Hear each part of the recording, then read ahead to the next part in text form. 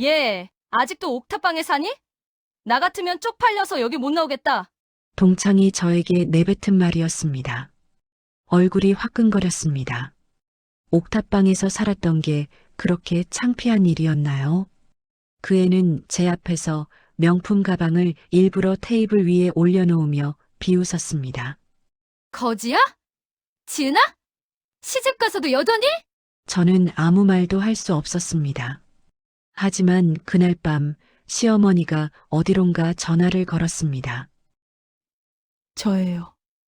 일 하나 해야 할 것 같아요. 네, 어서 오세요. 잠시 후면 여러분이 보내주신 소중한 사연들을 함께 나눌 수 있겠네요. 기대됩니다. 모든 구독자분들의 인생에 행복과 돈복이 가득하시길 간절히 기원하겠습니다. 구독과 좋아요 부탁드려요. 저는 동창회에 가기 전 옷장 앞에서 1시간을 서 있었습니다. 어떤 옷을 입어야 초라해 보이지 않을까요? 베이지 니트를 꺼냈다가 다시 넣고 검정 블라우스를 꺼냈다가 또 넣었습니다. 거울 속 제 모습이 한없이 작아 보였습니다. 결국 제일 무난한 베이지 니트에 청바지를 입었습니다. 안경을 벗을까 고민했지만 그냥 저답게 가기로 했습니다. 거실로 나오니 시어머니가 조용히 차를 마시고 계셨습니다. 오래된 나무 찻상 앞에 단정하게 앉아 찻잔을 천천히 들어 올리시는 모습이었습니다. 그 찻상은 시어머니가 30년 전부터 아끼시던 물건이었습니다. 평범한 나무상처럼 보였지만 시어머니는 늘 깨끗한 천으로 닦으시며 소중히 다루셨습니다. 어머니, 저 다녀올게요.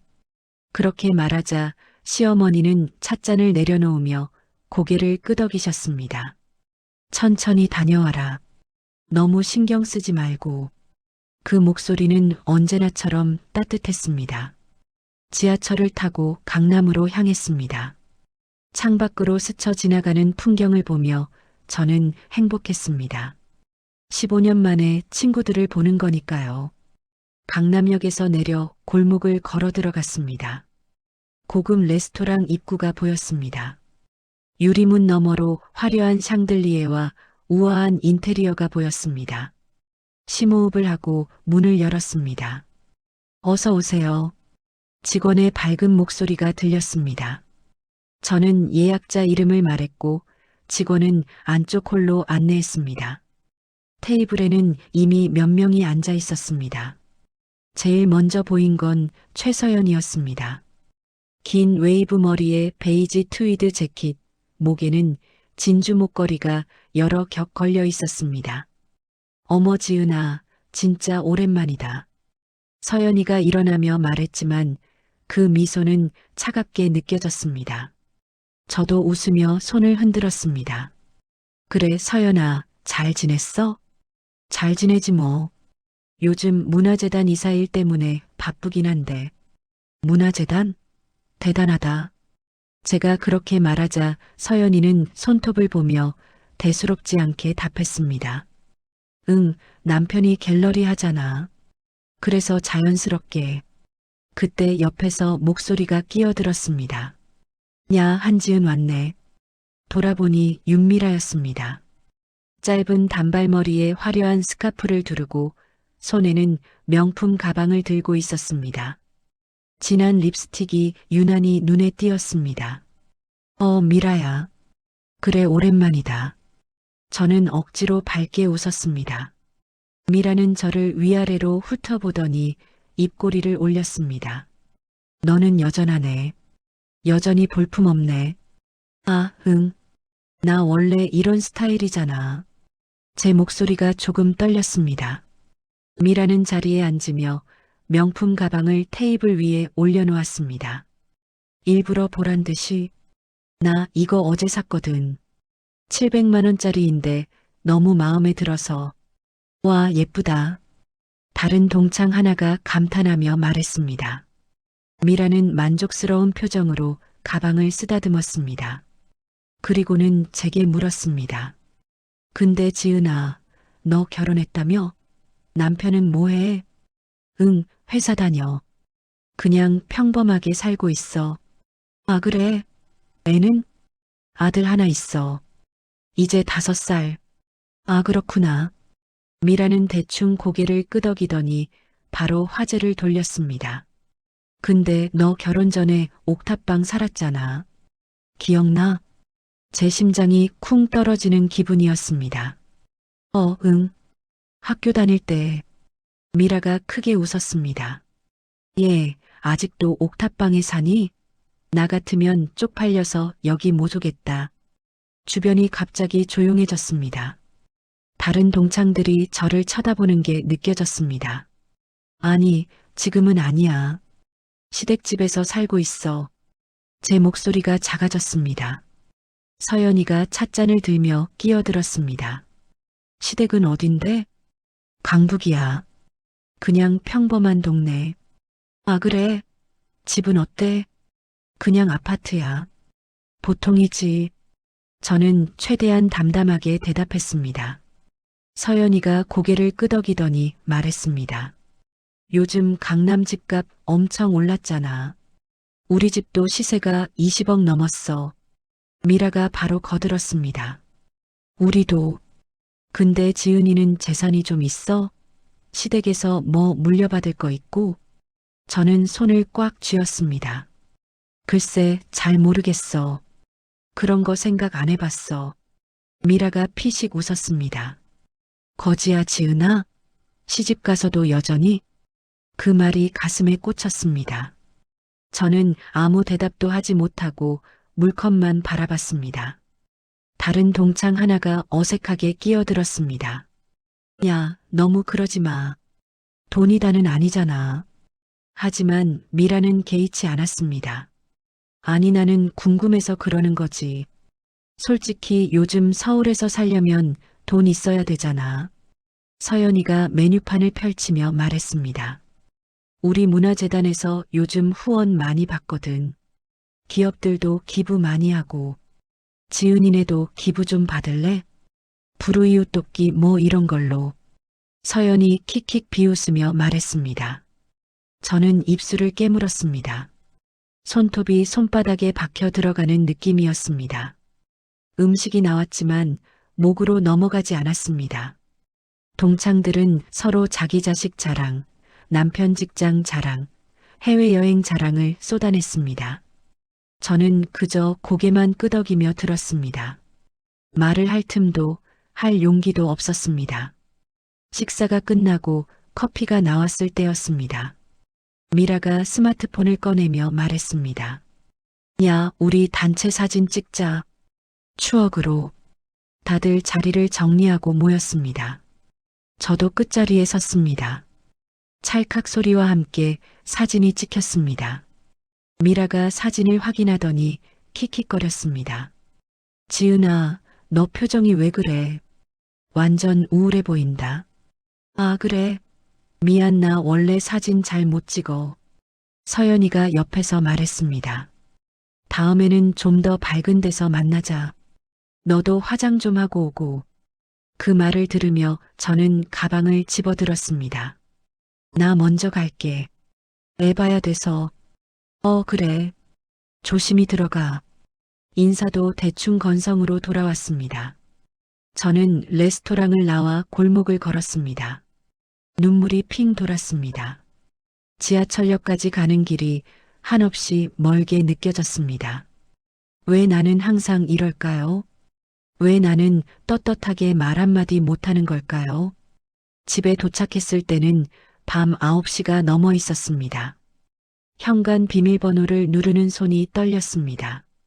문을 열고 들어서려는데 다리에 힘이 풀렸습니다. 그대로 현관 바닥에 주저앉아 소리 없이 울었습니다. 가방을 바닥에 던지고 무릎을 끌어안았습니다. 왜 이렇게 살아야 하나요? 왜 저는 늘 이렇게 작아지기만 하나요? 그때였습니다. 제 울음소리에 놀라셨는지 거실 불이 켜졌습니다. 복도에서 조용한 발소리가 들렸습니다.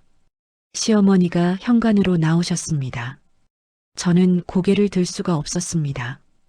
이렇게 초라한 제 모습을 보이고 싶지 않았습니다. 하지만 시어머니는 아무 말씀 없이 제 옆에 조용히 앉으셨습니다. 그리고 제 등을 천천히 토닥여 주셨습니다. 그 따뜻한 손길에 저는 참았던 울음을 터뜨렸습니다. 한참을 울었습니다. 시어머니는 말없이 제 곁에 앉아 계셨습니다. 제가 조금 진정되었을 때 시어머니는 제 손을 잡아 일으켜 주셨습니다. 거실로 들어가니 나무 찻상 위에 따뜻한 차가 놓여 있었습니다. 시어머니가 미리 끓여두신 것 같았습니다. 어머니, 죄송해요. 걱정 끼쳐드려서. 제가 떨리는 목소리로 말하자 시어머니는 고개를 저으셨습니다. 아니다. 내가 미안해할 일이 아니야. 시어머니는 찻잔을 제게 건네셨습니다. 따뜻한 차를 마시니 몸이 조금 풀리는 것 같았습니다. 하지만 가슴속 답답함은 여전했습니다. 시어머니는 찻상 맞은편에 앉으시며 저를 바라보셨습니다. 그 눈빛이 평소와 조금 달랐습니다. 오늘 무슨 일 있었니? 시어머니가 조용히 물으셨습니다. 저는 대답할 수가 없었습니다. 입을 열면 또 눈물이 날 것 같았습니다. 말하기 싫으면 안 해도 된다. 시어머니가 다시 말씀하셨습니다. 저는 고개를 저었습니다. 아니에요. 말씀드릴게요. 그리고 천천히 오늘 있었던 일을 이야기했습니다. 동창회에서 있었던 모든 일들을요. 옥탑방 얘기가 나왔을 때, 거지냐는 말을 들었을 때, 재산이 없냐는 말을 들었을 때, 볼품 없다는 말을 들었을 때, 시어머니는 조용히 듣고 계셨습니다. 찻잔을 들어 한 모금 마시시며 고개를 끄덕이셨습니다. 제 이야기가 끝났을 때 시어머니는 한참 침묵하셨습니다. 그리고 찻잔을 내려놓으며 말씀하셨습니다. 지은아, 네 어머니, 넌 잘못한 게 하나도 없어. 그 말에 제 눈에서 또 눈물이 흘렀습니다. 시어머니는 제 손을 꽉 잡아주셨습니다. 이제 그만 자거라. 내일 아침에 일어나면 다 나아질 거야. 저는 고개를 끄덕이고 방으로 들어갔습니다. 침대에 누웠지만 잠이 오지 않았습니다. 천장을 바라보며 오늘 하루를 곱씹었습니다. 왜 저는 한마디도 제대로 하지 못했을까요? 왜 저는 그저 고개만 숙이고 있었을까요? 한참을 뒤척이다 겨우 잠이 들었습니다. 하지만 그날 밤 저는 몰랐습니다. 거실에서 시어머니가 오래된 나무 찻상 앞에 앉아 어디론가 조용히 전화를 거는 소리를요. 김 관장님, 저예요. 그 낮고 차분한 목소리를요. 다음 날 아침 저는 눈을 떴어요. 어젯밤 일이 꿈만 같았습니다. 거실로 나가니 시어머니가 이미 나무 찻상 앞에 앉아 계셨어요. 어머니, 안녕하세요. 잘 잤니? 네, 어머니. 시어머니는 찻잔을 제게 밀어주시며 말씀하셨습니다. 오늘은 집에서 쉬어라. 나갔다 올 때가 있어. 어디 가세요? 곧 알게 될 거야. 시어머니는 방으로 들어가셨다가 작은 가방을 들고 나오셨어요.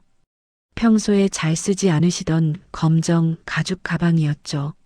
시어머니는 현관문을 나서셨습니다. 저는 홀로 집에 남아 소파에 앉았어요. 어머니가 대체 어디 가신 걸까요? 2시간이 지났습니다. 현관문이 열렸어요. 시어머니가 돌아오셨습니다. 손에는 두꺼운 서류 봉투가 들려 있었어요. 지은아, 이리 좀 와봐라. 저는 시어머니 옆으로 갔습니다. 시어머니는 봉투에서 서류 몇 장을 꺼내 테이블에 펼치셨어요. 사진이 붙은 신상 정보 같았죠. 어제 동창회에서 만난 친구들 중에 너한테 제일 심하게 구는 애가 누구였니? 대답만 해. 누가 제일 심했니? 저는 숨을 들이켰어요. 최서영과 윤미라라는 친구들이에요. 시어머니는 고개를 끄덕이시며 서류 2장을 따로 빼셨습니다. 서류 위에는 사진과 함께 이름이 적혀 있었어요. 최서연 35세, 서울문화재단 이사. 윤미라 35세, 청담동 미라갤러리 관장. 저는 입을 다물 수가 없었죠. 어머니, 이걸 어떻게... 시어머니는 서류를 다시 봉투에 넣으셨어요. 내가 알아서 할 거야. 너는 신경 쓰지 마.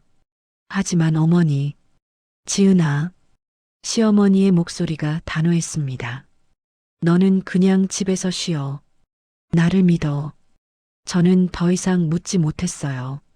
시어머니는 서류 봉투를 방으로 가져가셨습니다. 저는 소파에 앉아 멍하니 있었죠. 가슴이 두근거렸어요. 저녁 6시였습니다. 시어머니가 방에서 나오셨어요. 손에는 오래된 수첩이 들려 있었죠. 가죽 표지가 낡아서 색이 바랜 수첩이었습니다. 시어머니는 찬상 앞에 앉으시더니 수첩을 펼치셨어요. 빼곡히 적힌 글씨들이 보였죠. 이름, 전화번호, 직함들이었습니다.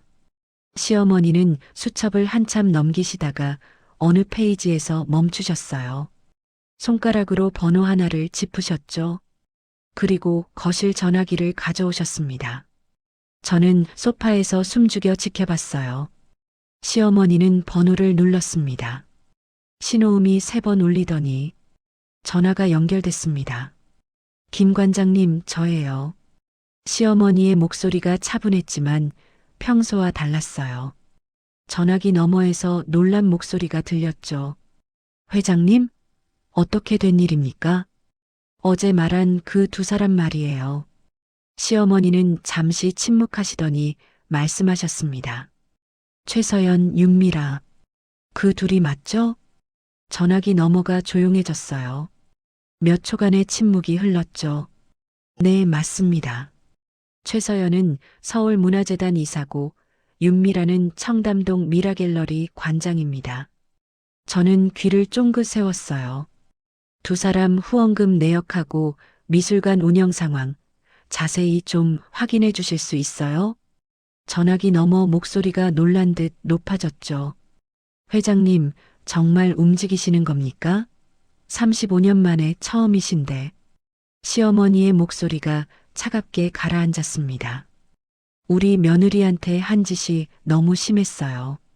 저는 가슴이 뜨거워졌어요. 시어머니가 저를 위해 이렇게까지 하시다니. 알겠습니다. 회장님이 직접 나서시는 거면 심상치 않은 일이네요. 시어머니는 잠시 숨을 고르시더니 다시 말씀하셨어요.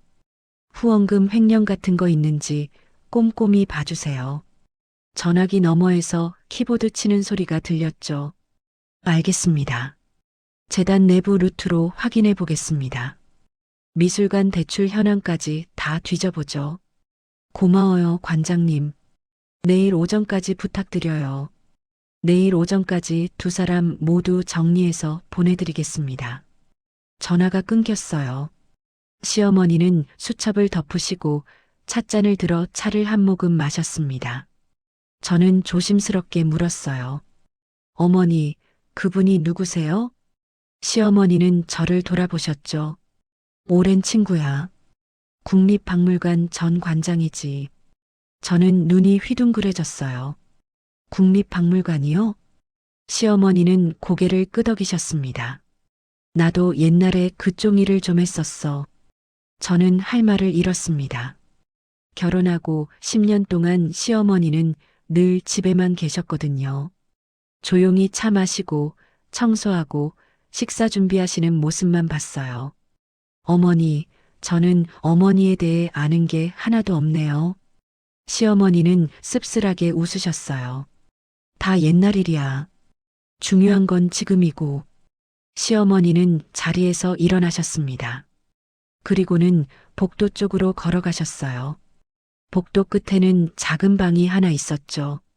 결혼하고 10년 동안 단 한 번도 열린 적 없는 방이었습니다. 시어머니는 늘 그 방을 창고라고만 부르셨어요.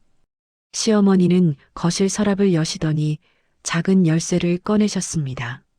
노쇠로 만든 오래되어 보이는 열쇠였어요. 어머니, 뭐 하시는 거예요? 시어머니는 대답 없이 복도를 따라 걸어가셨죠. 창고 문 앞에 서셨습니다. 열쇠를 자물쇠에 꽂으셨어요. 찰칵. 자물쇠가 열리는 소리가 복도에 울렸죠. 시어머니는 잠시 문 앞에 서 계셨어요. 손이 문손잡이 위에 얹어져 있었지만 바로 열지 않으셨습니다. 무언가 망설이시는 것 같았어요. 그러다 천천히 문을 여셨죠. 삐걱 소리와 함께 문이 열렸습니다. 안은 캄캄했어요. 시어머니가 벽 쪽을 더듬어 스위치를 찾으셨습니다. 탁! 불이 켜졌어요. 희미한 전구 불빛이 방 안을 비췄죠. 저는 복도에서 그 안을 들여다봤습니다. 그리고 숨이 멎었어요. 방 안에는 나무 상자들이 가지런히 쌓여 있었죠. 크고 작은 상자들이었습니다. 벽면에는 천으로 덮인 액자 같은 것들이 여러 개 걸려 있었어요. 선반 위에는 작은 도자기들이 줄지어 놓여 있었습니다. 하나하나가 심상치 않아 보였어요. 시어머니는 방 안으로 들어가셨죠. 그리고 한 상자 앞에 무릎을 꿇고 앉으셨습니다. 조심스럽게 뚜껑을 여셨어요.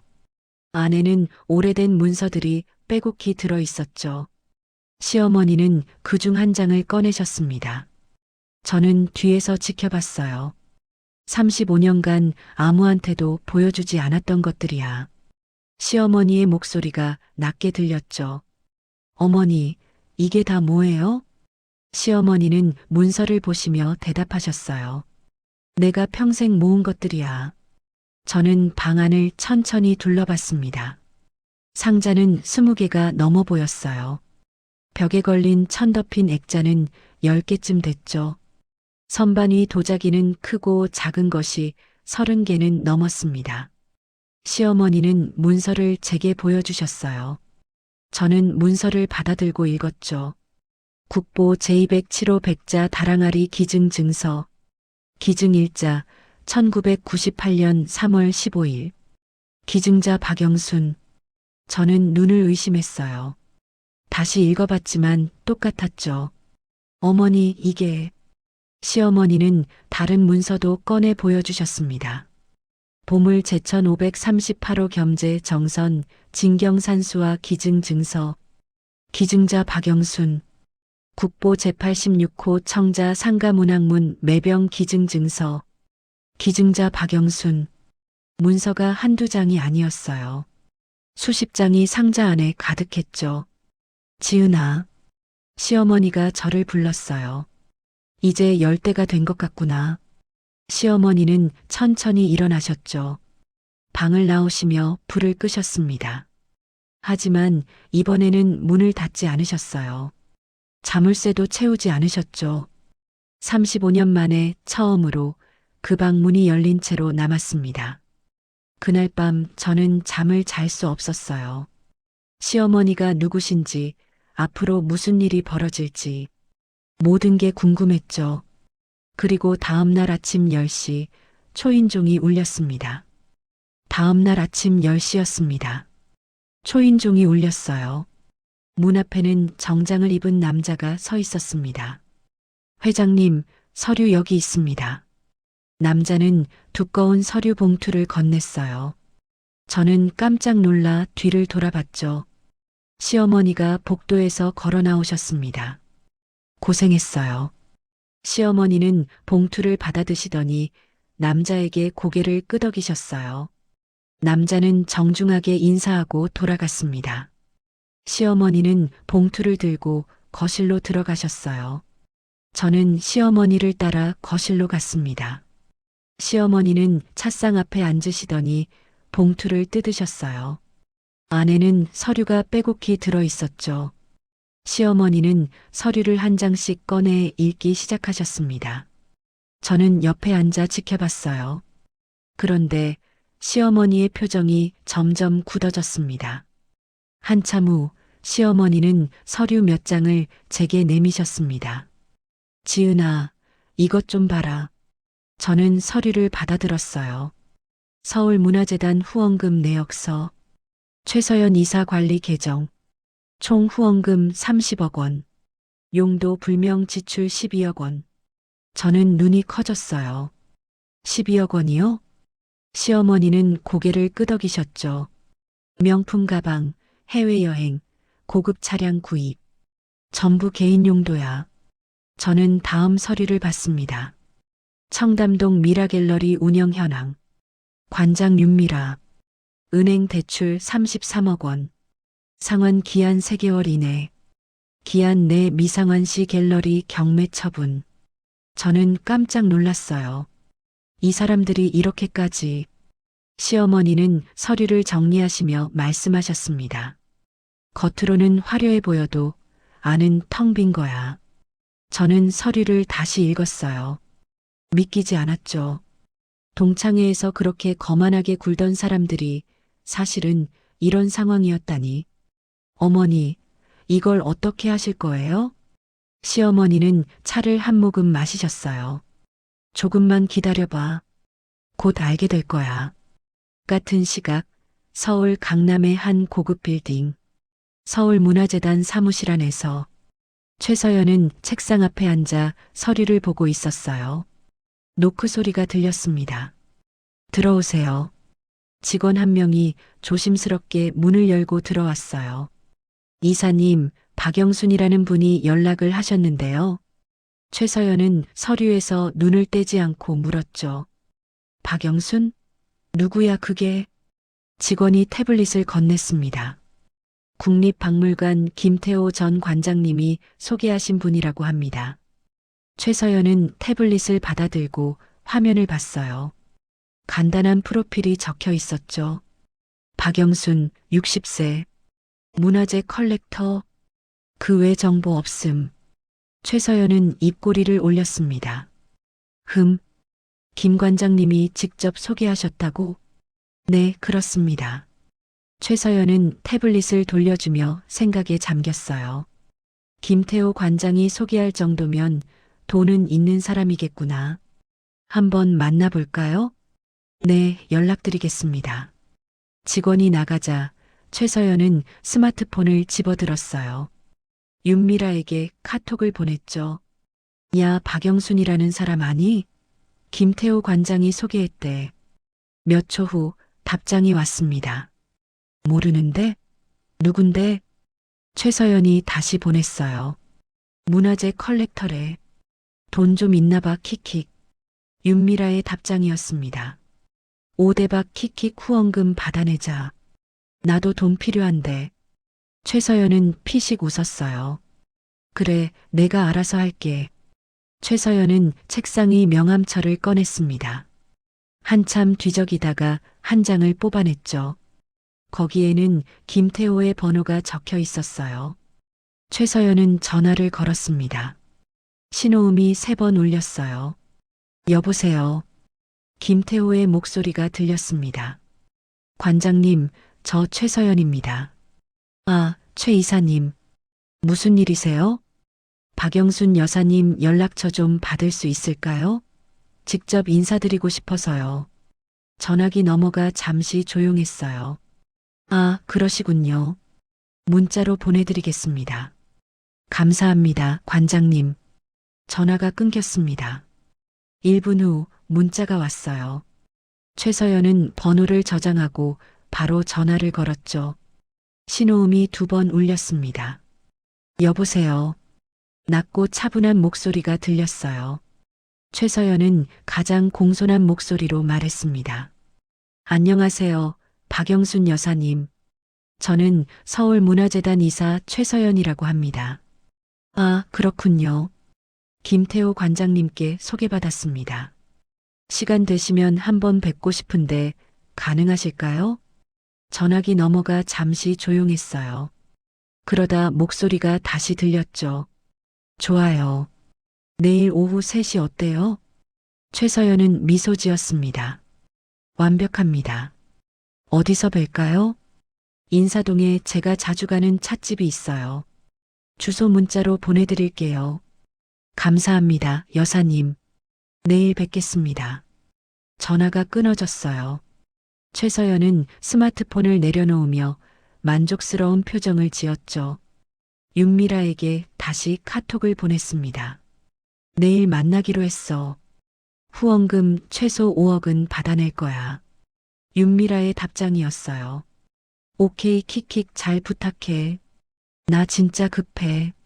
최서연은 피식 웃으며 스마트폰을 놓았습니다.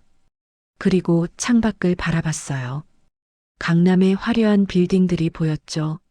하지만 최서연은 몰랐습니다. 자신이 지금 누구에게 전화를 걸었는지를요. 시어머니는 스마트폰을 내려놓으시며 차가운 미소를 지으셨습니다.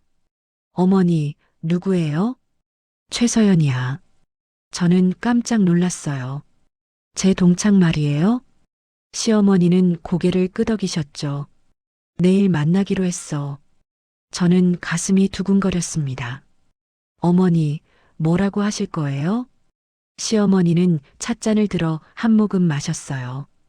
그 애가 누구 앞에 앉아 있는지 알려줘야지. 시어머니의 목소리가 평소와 달랐습니다. 차갑고 단호했어요. 저는 그 순간 느꼈죠. 이제 진짜 시작이구나. 다음 날 오후 3시였습니다. 인사동의 한 전통 찻집이었어요. 최서연은 창가 자리에 앉아 시계를 봤습니다.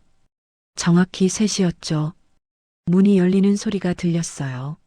한 여자가 들어왔습니다. 짧은 흰 머리에 베이지색 블라우스를 입은 60대 여자였어요. 최서연은 얼른 일어나 인사했습니다. 여사님 뵙게 되어 영광입니다. 최서연은 90도로 허리를 숙였죠. 영수는 고개를 끄덕이고 자리에 앉았습니다. 편하게 앉으세요. 감사합니다. 두 사람은 마주 앉았어요. 종업원이 다가와 메뉴를 건넸습니다. 뭘 드시겠어요? 저는 녹차로 할게요. 여사님은요? 저도 녹차요. 종업원이 메뉴를 받아들고 물러갔죠. 최서연은 미소를 지으며 말했습니다. 김 관장님께 말씀 많이 들었습니다. 문화재 컬렉션에 관심이 많으시다고요. 영수는 차분하게 대답했어요. 오래 했지요. 35년쯤. 최서연의 눈이 반짝였습니다. 35년이나요. 대단하십니다. 최서연은 찻잔을 들며 말을 이었습니다. 저희 서울문화재단은 국내 최대 규모의 문화재 보존 기관입니다. 연간 예산만 100억이 넘고요. 영수는 차를 한 모금 마셨어요. 그렇군요. 후원해 주시면 세금 혜택도 드릴 수 있고 여사님 성함으로 전시관도 만들어 드릴 수 있습니다. 최서연은 태블릿을 꺼내 화면을 보여줬죠. 이게 저희 후원 프로그램인데요. 영수는 태블릿을 보지 않았어요. 대신 조용히 물었습니다. 재단 운영은 잘 되나요? 최서연은 자신 있게 대답했습니다. 물론입니다. 투명하게 운영하고 있고 매년 감사도 받고 있습니다. 영수는 고개를 끄덕였어요. 그리고 가방에서 서류 한 장을 꺼냈습니다. 천천히 테이블 위에 올려놓았죠. 최서연은 서류를 내려다봤습니다. 그 순간 얼굴이 굳었어요. 서류 맨 위에 적힌 글씨가 보였죠. 서울문화재단 후원금 부정 사용 내역. 최서연 이사 관리 계정. 용도 불명 지출 12억 원. 최서연의 손이 떨렸습니다. 이게 뭡니까? 영수는 찻잔을 내려놓으며 조용히 말했어요. 당신이 쓴 돈이에요. 최서연은 서류를 집어들었습니다. 손이 덜덜 떨렸죠. 명품 가방 구입 8천만 원. 해외여행 경비 1억 2천만 원. 수입 차량 구입 3억 원. 하나하나 다 적혀 있었어요. 최서연의 얼굴이 창백해졌습니다. 이건 어떻게? 영수는 차분하게 말했습니다. 이것도 투명한 운영인가요? 최서연은 서류를 테이블에 내던졌어요. 주변을 둘러봤죠. 다행히 다른 손님들은 멀리 앉아 있었습니다. 최서연은 목소리를 낮췄어요. 이게 대체 뭔데요? 어디서 구한 겁니까? 영수는 대답하지 않았습니다. 그냥 차를 마시며 최서연을 바라봤죠. 최서연은 패닉 상태였어요. 가슴이 두근거렸습니다. 어떻게 알았을까요? 어떻게 이 서류를 구했을까요? 최서연의 머릿속이 복잡해졌죠. 그러다 갑자기 생각이 바뀌었습니다. 아니야. 이건 협박이야. 최서연은 돌변했어요. 당신이 뭔데 나한테 이래? 목소리가 높아졌습니다. 주변 손님 몇 명이 쳐다봤어요. 협박하는 거야? 지금 영수는 미동도 하지 않았습니다. 그저 차분하게 앉아 최서연을 바라봤죠. 최서연은 더 흥분했어요. 당신 같은 사람 많이 봤어. 돈 좀 있다고 나대는 거지? 영수는 여전히 조용했습니다.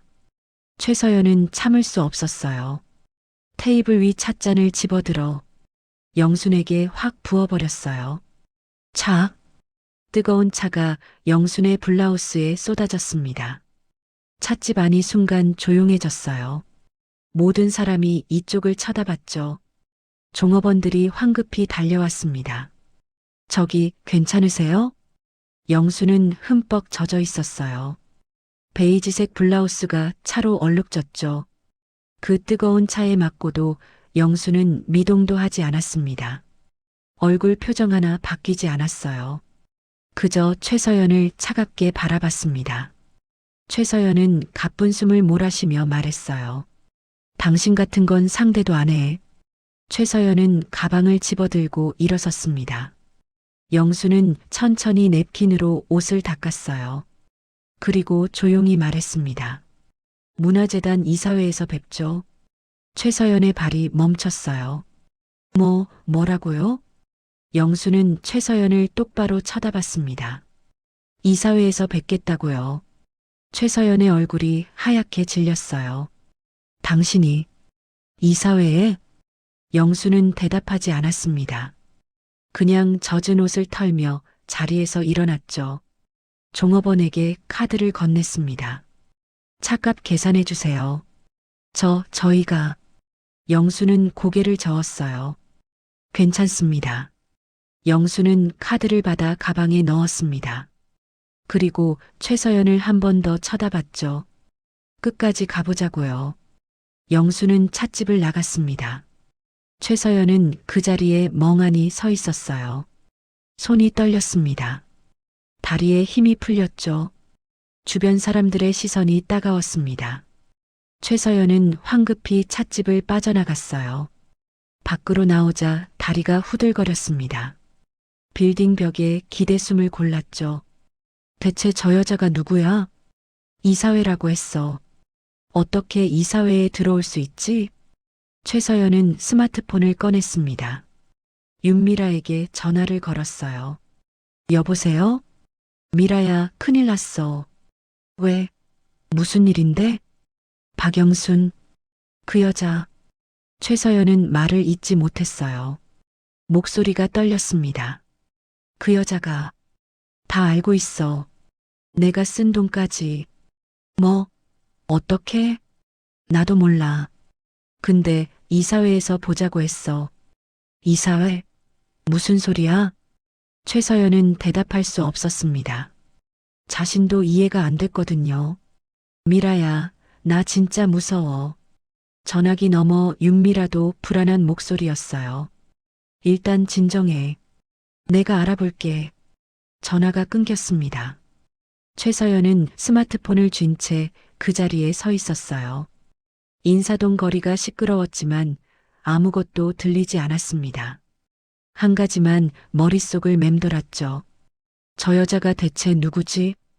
그날 밤 청담동의 한 고급 아파트였습니다. 윤미라는 소파에 앉아 스마트폰을 쥐고 있었습니다.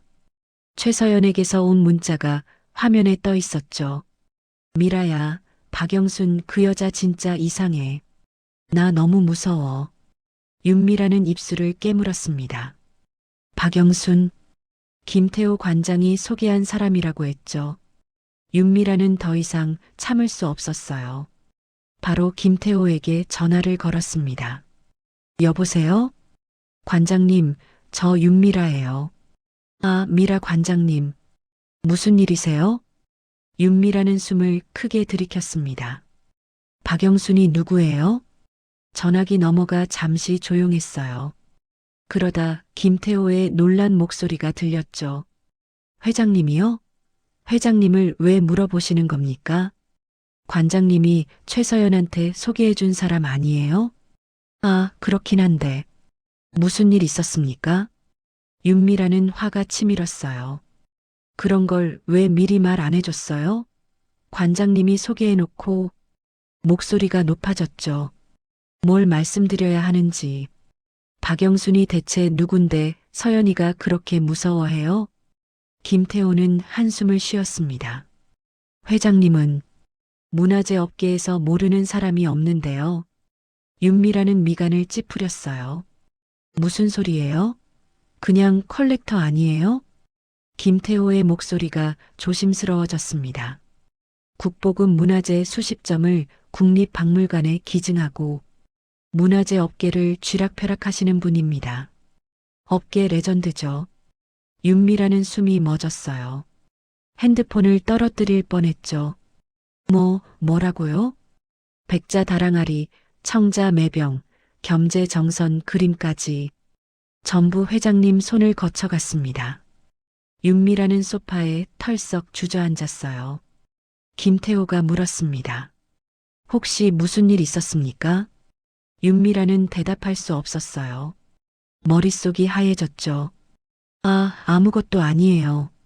그냥 궁금해서요. 전화를 끊었습니다. 윤미라는 스마트폰을 쥔 채 멍하니 앉아 있었어요. 박영순, 그 여자가 그런 사람이었다니. 같은 시각 우리 집 거실이었습니다. 시어머니는 찻상 앞에 앉아 전화를 걸고 계셨어요. 저는 옆에서 지켜봤죠. 김 관장님, 저예요. 전화가 연결됐습니다. 회장님, 무슨 일이십니까? 윤미라 쪽도 처리 부탁드려요.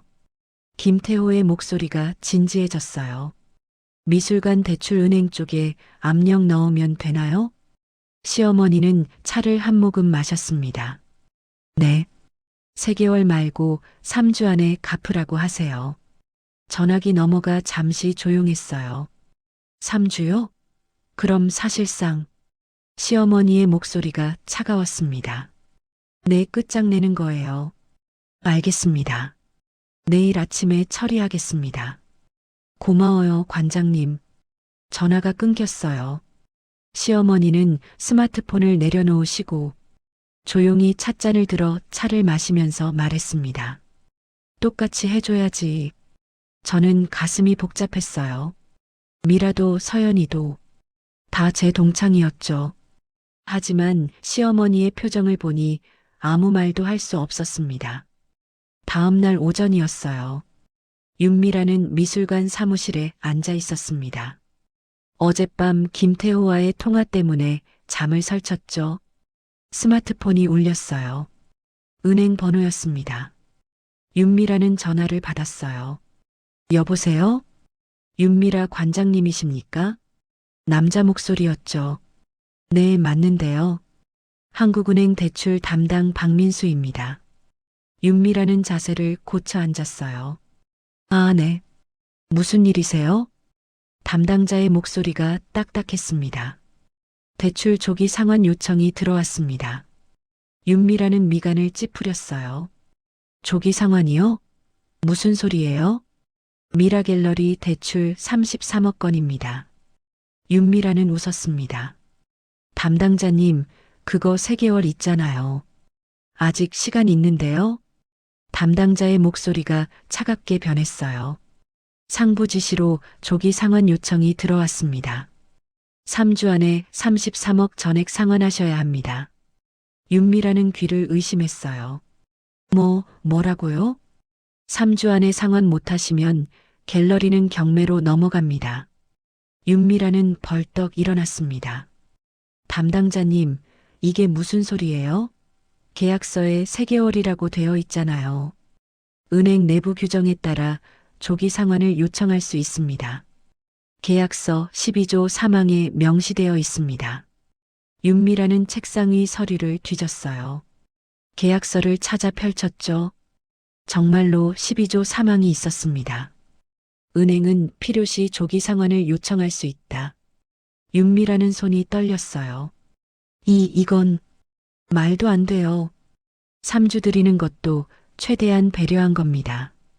회신 부탁드립니다. 담당자는 일방적으로 전화를 끊어버렸어요.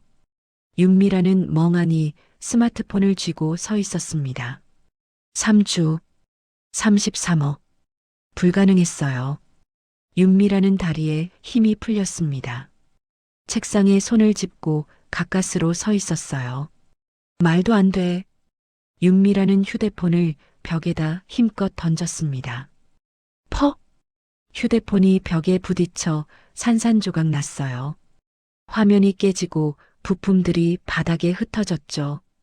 윤미라는 숨을 헐떡이며 바닥에 주저앉았습니다. 부서진 스마트폰 조각들이 눈앞에 보였습니다. 윤미라는 고개를 떨구었어요. 끝이었습니다. 3주 안에 33억. 방법이 없었죠. 갤러리는 경매로 넘어갈 거였어요. 시부모님 돈으로 만든 갤러리. 모두 날아가는 거였습니다. 윤미라는 바닥에 엎드려 울었습니다. 하지만 아무도 몰랐습니다. 이 모든 게 누구의 손에서 시작됐는지를요. 다음 날 오후 강남의 한 고급 카페였습니다. 둘은 아직도 정신 못 차리고 고급 카페만 찾아가고 있었죠. 최서영과 윤미라가 구석자리에 마주 앉아 있었습니다. 두 사람의 얼굴은 창백했습니다. 서연아, 우리 어떡해? 윤미라의 목소리가 떨렸습니다. 최서연은 커피잔을 쥔 채 고개를 저었습니다. 나도 모르겠어. 윤미라는 눈물이 그렁그렁했습니다. 3주 안에 33억. 불가능해. 갤러리 다 날아가. 최서연은 입술을 깨물었습니다. 나도 재단 이사회에서 끝날 것 같아. 12억 횡령 증거를 들키면. 두 사람은 한숨을 쉬었습니다. 최서연이 휴대폰을 꺼냈습니다. 화면을 보여줬습니다. 박영순 알아봤어. 뭐래? 최서연의 목소리가 낮아졌습니다. 문화재 업계 숨은 회장이래. 업계를 쥐락펴락하는 레전드. 윤미라는 숨이 막혔습니다. 뭐? 국보급 문화재 수십 점 기증한 사람. 김태호 관장도 그 사람 앞에선 고개 숙인데. 윤미라는 테이블에 이마를 댔습니다. 그럼 우리 완전히 끝난 거잖아. 최서연도 대답하지 못했습니다. 두 사람은 침묵 속에 앉아 있었습니다. 그때였습니다. 카페 문이 열리고 지은이 들어왔습니다. 최서연이 고개를 들었습니다. 한지은? 윤미라도 고개를 돌렸습니다. 지은은 카운터로 걸어가다가 그 목소리를 들었습니다. 고개를 돌리니 최서연과 윤미라가 보였습니다. 지은은 잠시 망설이다가 그냥 지나칠 수 없어. 최서연과 윤미라 쪽으로 걸어갔습니다. 두 사람이 지은을 쳐다봤습니다. 윤미라가 비웃었습니다. 이런 비싼 커피집에 네가 왜 와? 믹스커피나 타 마시지. 지은은 화가 났지만 참으며 말했습니다. 너희 괜찮아? 최서연도 코웃음 치며 말했습니다. 거지가 누굴 걱정해? 지은은 또 참았습니다. 시어머니가 말씀하셨기 때문입니다. 참아라. 곧 끝날 거야. 하지만 더는 참기 힘들었습니다. 동창회 때도 지금도 그들은 너무했습니다. 우리 집도 좋은 집이야. 제 목소리가 커졌고 주변 사람들이 모두 쳐다봤습니다. 최서연이 눈썹을 올렸습니다. 뭐, 좋은 집? 저는 주먹을 쥐었습니다. 우리 시어머니도 문화재 쪽에서 대단하신 분이야. 그 순간 최서연과 윤미라의 움직임이 멈췄습니다. 최서연이 천천히 일어났습니다. 뭐라고? 문화재? 저는 고개를 끄덕였습니다. 우리 시어머니는 35년 동안 문화재에서 좋은 일 하셨어. 윤미라도 일어났습니다. 얼굴이 창백해졌습니다. 지은아, 네 시어머니 이름이 뭐야? 저는 당당하게 대답했습니다. 박자 영자 순자이셔. 그 순간 최서연의 얼굴이 하얗게 질렸습니다. 커피잔을 놓치는 바람에 테이블에 커피가 쏟아졌습니다. 윤미라는 뒷걸음질 치다 의자를 쳐서 의자도 뒤로 넘어갔습니다. 주변 사람들이 놀라 쳐다봤고 최서연은 입술이 파르르 떨었습니다. 박영순? 윤미라는 벽에 등을 기댔습니다. 말도 안 돼. 네 시어머니가. 박영순? 최서연은 테이블을 붙잡고 가까스로 서 있었습니다. 네 시어머니가 그 박영순이야? 윤미라가 바닥에 주저앉았습니다. 끝났어. 우리 완전히 끝났어. 최서연도 의자에 털썩 앉았습니다. 머리를 감싸쥐었습니다. 최서연이 고개를 들었습니다. 눈이 충혈되어 있었습니다. 지은아, 네 시어머니가 우리한테 말을 잇지 못했습니다. 윤미라가 울먹였습니다. 네 시어머니가 우리 인생 망쳤어. 저는 뒤로 한 발 물러섰습니다. 뭐라고? 최서연이 벌떡 일어났습니다. 네 시어머니가 날 재단에서 쫓아내려고 해. 횡령 증거까지 다 가지고 있어. 윤미라도 일어나 소리쳤습니다. 내 갤러리도 빚도 3주 안에 갚으라고 했어. 네 시어머니가 은행에 압력 넣은 거야. 최서연이 다가왔습니다. 네 시어머니가 미친 거야. 윤미라도 울면서 말했습니다. 네가 해결해 한지은. 네 시어머니잖아. 네 책임이야. 저는 두 사람을 똑바로 봤습니다. 동창회 때 나한테 한 말 기억해? 최서연이 말을 멈췄습니다. 거지라고 했지? 쪽팔리다고 했지? 윤미라가 입을 열었다가 닫았습니다. 그건 그냥. 저는 고개를 저었습니다. 어머니가 뭘 하셨는지 난 정확히 몰라. 근데 너희가 먼저 시작한 거야. 최서연이 소리쳤습니다. 그게 이렇게까지 할 일이야? 우리 인생 망쳐도 돼? 저는 차갑게 말했습니다. 어머니한테 직접 말해. 윤미라가 제 팔을 붙잡았습니다. 지은아 제발.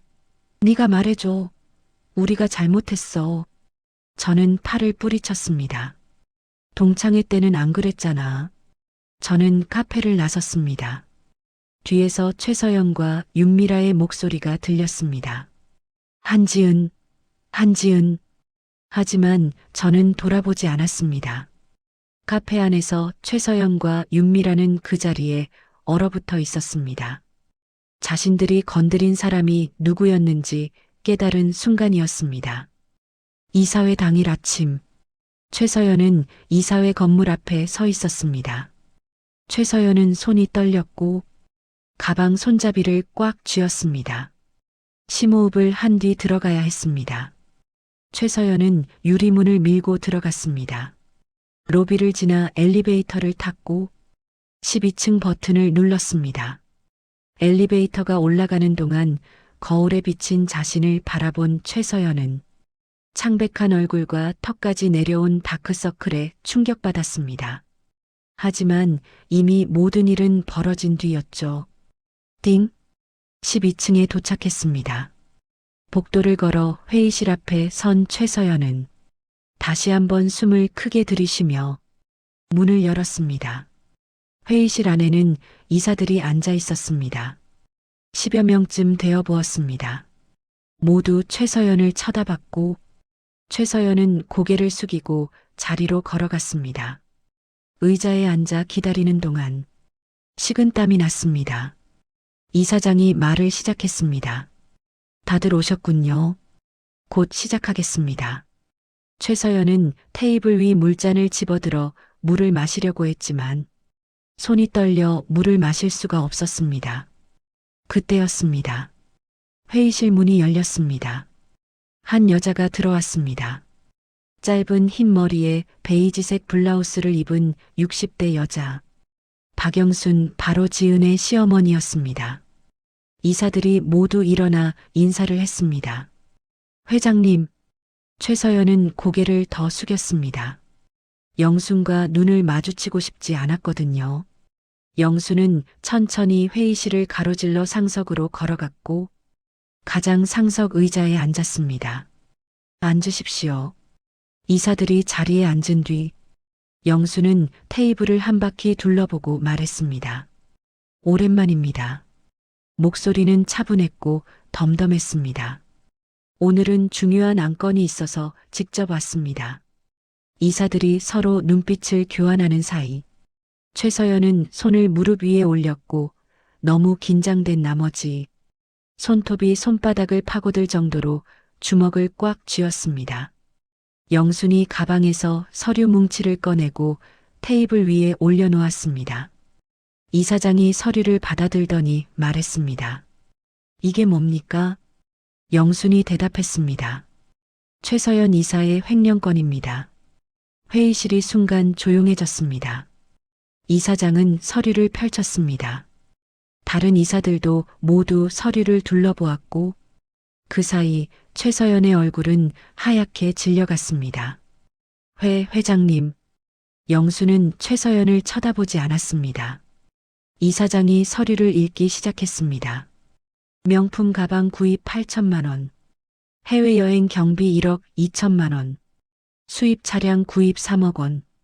다른 이사들도 서류를 읽으며 얼굴이 굳어져 갔습니다. 이사 한 명이 말했습니다. 이건 전부 재단 후원금 아닙니까? 영순이 고개를 끄덕였습니다. 맞습니다. 최서연 이사가 관리하던 계정에서 빠져나간 돈입니다. 최서연이 벌떡 일어나 소리쳤습니다. 잠깐만요. 이건 오해예요.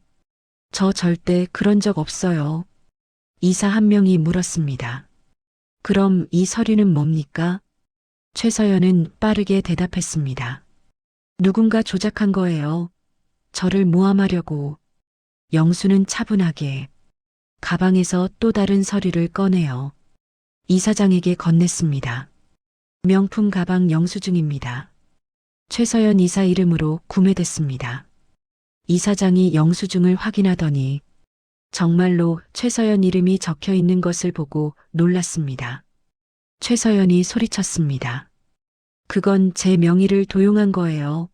누군가 제 카드를 훔쳐서. 영순이 계속 말했습니다. 해외여행도 마찬가지입니다. 항공권, 호텔 예약, 전부 최서연 이사 명의입니다. 여권 번호까지 일치합니다. 최서연은 당황했습니다. 그건 재단 업무 때문에 출장 간 거예요. 영순이 서류를 한 장 더 넘겼습니다. 몰디브 리조트입니다. 재단 업무가 몰디브에서 있었습니까? 이사들이 수군거렸습니다. 최서연은 얼굴이 빨개졌습니다. 그건 개인 휴가인데 재단 카드를 실수로. 영순이 차갑게 말했습니다. 실수가 1억 2천만 원입니까? 다른 이사가 물었습니다. 차량은요? 영순이 서류 한 장을 더 꺼냈습니다. 수입 차량 등록증입니다. 소유주가 최서연 이사입니다. 최서연이 외쳤습니다. 그건 제가 산 거 맞아요. 하지만 제 돈으로 산 거예요. 영순이 물었습니다. 이사님 연봉이 얼마죠? 최서연은 입을 다물었습니다. 연봉 8천만 원으로 5억짜리 차를 샀습니까? 최서연이 버럭 소리쳤습니다. 제가 대출받았어요. 제 신용으로. 영순이 또 다른 서류를 꺼내며 말했습니다. 차량 구매 당일 재단 계정에서 5억이 인출됐습니다. 같은 날 최서연 이사 계좌로 입금됐습니다. 회의실이 술렁였습니다. 최서연이 테이블을 3개 내리치며 소리쳤습니다. 이건 함정이에요. 회장님이 저를 싫어하셔서 조작한 거예요. 이사들이 놀라 쳐다보는데도 최서연은 계속 소리쳤습니다. 회장님은 저를 처음부터 미워하셨어요. 저를 쫓아내려고 이런 짓을 하시는 거예요. 영수는 미동도 하지 않았습니다. 그냥 최서연을 바라봤습니다. 최서연이 이사장을 향해 몸을 돌려 말했습니다. 이사장님, 이게 말이 됩니까? 증거라는 게 고작 서류 몇 장이에요. 이사장이 말했습니다. 영수증, 등록증, 은행 거래 내역이 다 있습니다. 최서연이 고개를 저었습니다. 조작할 수 있어요. 회장님이 얼마나 힘이 센 분인데요. 다른 이사가 물었습니다.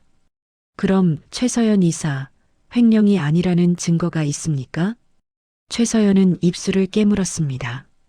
그건 영순이 조용히 말했습니다. 거짓말은 그만하시죠. 최서연이 영순을 쏘아봤습니다. 회장님은 왜 이러시는 거예요? 제가 뭘 잘못했다고. 영순은 침착하게 대답했습니다. 당신이 지은 죄의 대가를 치르는데 이유가 뭐가 필요하죠?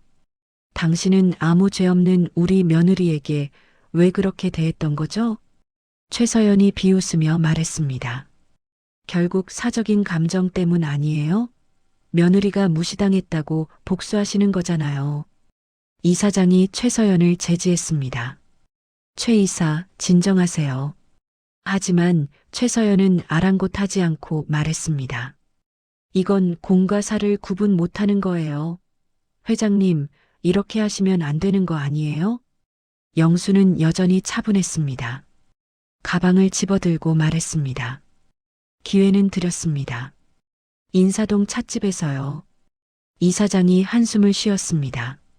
최서연 이사, 증거가 명확합니다. 즉시 해임을 결정합니다. 횡령 금액에 대한 회수는 회사에서 세밀한 조치 후에 고발 조치 들어가겠습니다. 최서연이 소리쳤습니다. 이건 부당해요. 저는 억울해요. 하지만 아무도 듣지 않았고 영수는 회의실 문으로 걸어갔습니다. 최서연이 영순을 향해 달려가 말했습니다. 회장님, 이러시면 안 돼요. 영순 앞을 막아서며 소리쳤습니다. 제발요. 저한테도 가족이 있어요. 저도 먹고 살아야 한다고요. 영수는 최서연을 차가운 얼굴로 그저 바라보기만 했습니다. 한참을 쳐다본 뒤 영순이 말을 이어갔습니다. 당신이 아무 죄 없는 그 아이를 무시할 때 생각하셨어야죠. 영수는 최서연을 지나쳐 문을 열고 나갔고 닫히는 문을 보며 최서연은 그 자리에 멍하니 서 있었습니다. 이사들도 하나 둘자리에서 일어나 회의실을 나갔습니다. 마지막 이사가 나가고 문이 닫혔고 회의실에는 최서연만 남았습니다. 최서연은 다리에 힘이 풀려 바닥에 주저앉았습니다. 모든 게 끝났습니다. 재단 이사직, 문화재 업계에서의 명성, 쌓아온 모든 것, 한순간에 무너졌습니다. 최서연은 손으로 얼굴을 가리고 세상에서 제일 억울한 아이처럼 울기 시작했습니다. 하지만 이제는 돌이킬 수 없었습니다. 며칠 후 청담동 미라갤러리 유리문에 경매 안내문이 붙어 있었습니다. 갤러리 안은 텅 비어 있었습니다. 벽에 걸려있던 그림들도 바닥에 놓여있던 조각품들도 모두 사라졌습니다. 윤미라는 바닥에 앉아 남은 물건들을 상자에 담고 있었습니다. 33억을 3주 안에 갚지 못했거든요. 갤러리는 경매로 넘어갔습니다. 시부모님께 받은 갤러리 모두 날아갔습니다. 자기의 욕심 때문에요. 윤미라는 빈 액자 하나를 집어들었습니다. 그 액자 위로 눈물이 뚝뚝 떨어졌습니다. 그때였습니다. 갤러리 유리창 밖으로 누군가 지나갔습니다. 긴 생머리에 검은 뿔테 안경을 쓴 여자, 한지은이었습니다. 윤미라는 벌떡 일어나더니 상자를 엎어버리고 유리문을 확 열어젖히며 소리쳤습니다. 한지은. 지은은 걸음을 멈춰 고개를 돌려 윤미라를 봤습니다. 윤미라는 갤러리 밖으로 뛰쳐나가 지은을 향해 달려갔습니다. 너 때문이야. 다 너 때문이라고. 윤미라가 지은의 옷깃을 잡으려는 순간 누군가 윤미라를 막아섰습니다. 근처를 순찰하던 경찰이었습니다. 사모님, 진정하세요. 경찰이 윤미라의 팔을 잡았습니다. 윤미라는 발버둥 쳤습니다. 나요. 저 여자 때문에 내가 이렇게 됐다고요. 경찰이 더 세게 잡았습니다. 지금 여기서 이러시면 현행범으로 체포되십니다. 윤미라는 경찰의 팔에 붙잡힌 채 지은을 쳐다봤습니다. 한지은, 네 시어머니 때문에 내가 망했어. 너도 책임져야 돼. 지은은 윤미라를 한번 쳐다보고 다시 고개를 돌렸습니다. 그리고 걸어가기 시작했습니다. 윤미라가 소리쳤습니다. 한지은, 이리 와. 너도 똑같이 당해봐야 알아. 하지만 지은은 뒤돌아보지 않았습니다. 그냥 걸어갔습니다. 윤미라는 경찰의 팔에 붙잡힌 채 그 자리에 주저앉았습니다. 끝이었습니다. 며칠 후 우리 집 거실에서 시어머니와 저는 찻상 앞에 앉아 있었습니다. 시어머니는 차를 마시고 계셨습니다. 저는 찻잔을 들고 물었습니다. 어머니, 이렇게까지 하셔야 했어요? 시어머니가 찻잔을 내려놓으시며 말씀하셨습니다. 지은아, 세상은 냉정해. 내가 너무 선한 거야. 저는 고개를 숙였습니다. 하지만 너무 가혹한 거 아닌가요? 시어머니가 제 손을 잡으셨습니다. 지은아, 그 사람들이 너한테 한 짓 생각해봐. 거지라고 하고 쪽팔린다고 했고 마지막까지 자신들의 잘못은 모르고 너만 탓했지. 저는 입술을 깨물었습니다. 시어머니가 말을 이었습니다. 세상에는 두 종류 사람이 있어. 실수를 인정하고 사과하는 사람, 잘못 행동하고도 남 탓만 하는 사람. 최서연이랑 윤미라는 그런 사람이었어. 저는 고개를 들었습니다. 만약 그 친구들이 진심으로 사과했다면요? 시어머니는 잠시 생각하시다가 말씀하셨습니다. 그랬다면 이렇게까지 안 했을 거야. 저는 시어머니를 봤습니다. 시어머니가 미소 지으셨습니다. 지은아, 넌 너무 착해. 그게 좋은 거지만 세상은 착한 사람을 이용하려고 해. 그럴 때는 단호해야 해. 저는 눈물이 났습니다. 어머니, 감사해요. 시어머니가 제 손을 꽉 잡으셨습니다. 어머니 덕분에 제가 얼마나 소중한 사람인지 알았어요. 시어머니는 고개를 끄덕이셨습니다. 넌 소중해. 누구한테도 무시당하면 안 돼. 저는 눈물을 닦으며 웃었습니다. 시어머니는 차를 한 모금 더 마시고 말씀하셨습니다. 앞으로는 당당하게 살아. 알겠지? 네, 어머니. 시어머니가 웃으셨습니다. 그날부터 저는 달라졌습니다. 1년 후 서울 강남의 한 고층 빌딩 박영순 문화재단 회의실. 저는 회의 테이블 앞에 서 있었습니다. 손에는 프레젠테이션 자료를 들고 있었고 회의실에는 수많은 직원들이 앉아 있었습니다. 저는 화면을 가리키며 말했습니다.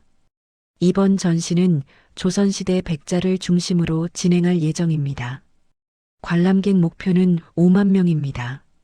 직원 한 명이 손을 들어 질문했습니다. 팀장님, 예산은 어떻게 되나요? 저는 자신 있게 대답했습니다. 총 10억입니다. 세부 내역은 여기 있어요. 다들 고생하셨습니다. 다음 주까지 준비 부탁드립니다. 직원들이 자리에서 일어나 나갔고 저는 자료를 정리하며 창밖을 봤습니다. 강남의 빌딩들이 보였습니다. 1년 전 저는 이 자리에 설 줄 몰랐습니다. 시어머니가 그 일이 있은 후 저에게 재단 일을 맡기셨습니다. 처음에는 두려웠습니다. 하지만 시어머니가 응원이 저를 힘나게 했습니다. 넌 할 수 있어. 지은아. 그 말 때문에 힘을 낼 수 있었습니다. 그 덕분에 이번 달 승진도 했습니다. 전시기획팀 팀장. 저는 휴대폰을 꺼내 카톡을 봤습니다. 동창회 단톡방이 떠 있었습니다. 오랜만에 들어가 봤더니 최서영과 윤미라는 나가 있었고 다른 동창들이 근황을 올리고 있었습니다. 저도 메시지를 썼습니다. 얘들아, 나 이번에 승진했어. 박영순 문화재단 전시기획팀 팀장 됐어. 메시지를 보냈습니다. 곧 많은 사람들의 축하 답장이 왔습니다. 와, 지은아 축하해. 대박. 문화재단이면 엄청 좋은 곳 아니야? 부럽다, 지은아. 저는 미소 지었습니다. 1년 전만 해도 이 단톡방에서 저를 무시했던 사람들이었습니다. 하지만 이제는 달랐습니다. 저는 휴대폰을 내려놓고 창밖을 봤습니다. 햇빛이 비쳤습니다. 따뜻했습니다. 시어머니 말이 맞았습니다. 세상은 냉정하지만 당당하면 달라집니다. 저는 이제 알았습니다. 제가 얼마나 소중한 사람인지, 누구에게도 무시당하지 않을 자신이 있었습니다. 그리고 무엇보다 저를 지켜준 시어머니가 계셨습니다. 저는 가방을 들고 회의실을 나섰습니다. 엘리베이터를 타고 1층으로 내려갔습니다. 로비 밖에는 시어머니가 차 안에서 저를 기다리고 계셨습니다.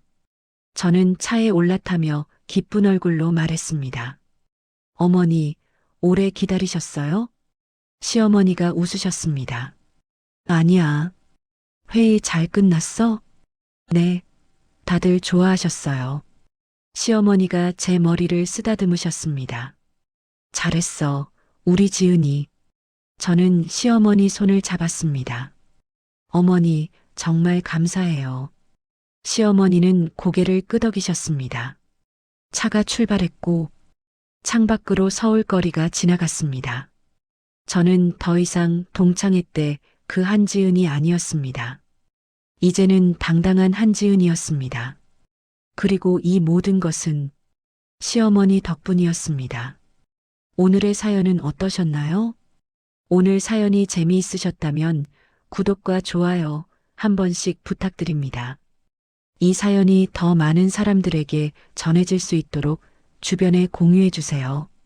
이 사연의 사연자에게 남기고 싶은 말씀이 있으시면 댓글로 남겨주시면 감사한 마음으로 한 분 한 분께 인사드리겠습니다. 건강하고 행복한 하루 보내세요. 오늘도 감사합니다. 구독자 사연이었습니다.